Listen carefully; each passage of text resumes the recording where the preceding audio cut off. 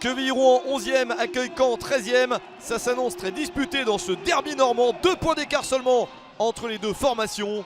Quevilly-Rouen reste sur 2 victoires consécutives. Caen de son côté reste sur un succès après 7 matchs sans gagner.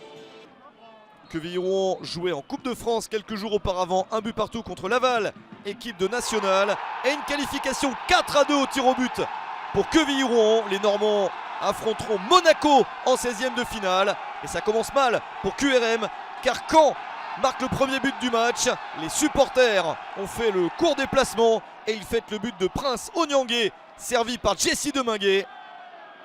Le joueur des Diables Rouges du Congo marque son premier but de la saison et permet à Caen de mener à l'extérieur.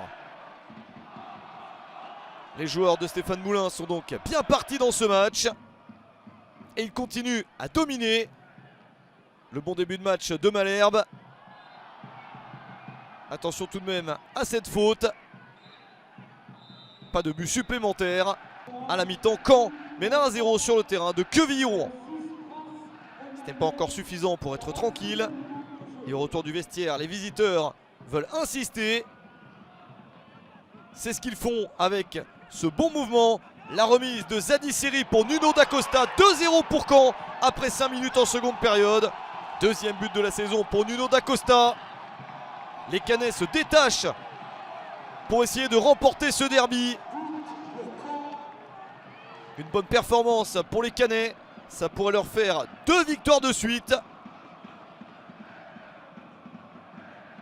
Quevilly-Rouen n'a eu aucune opportunité. QRM en difficulté dans ce match.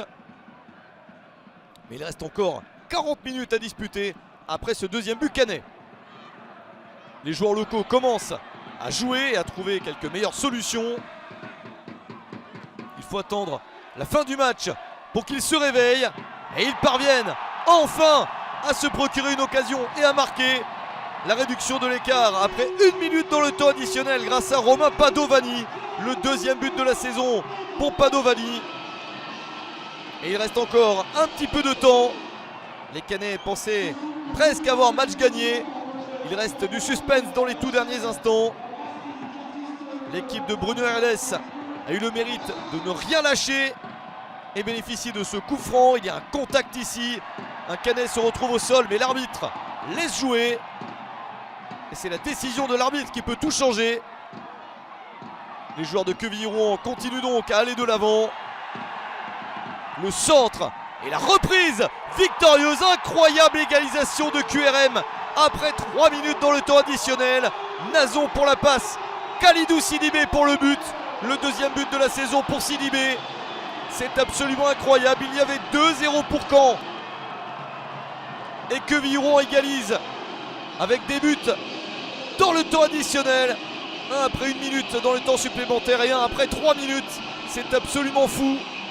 QRM s'est battu pour arracher cette égalisation.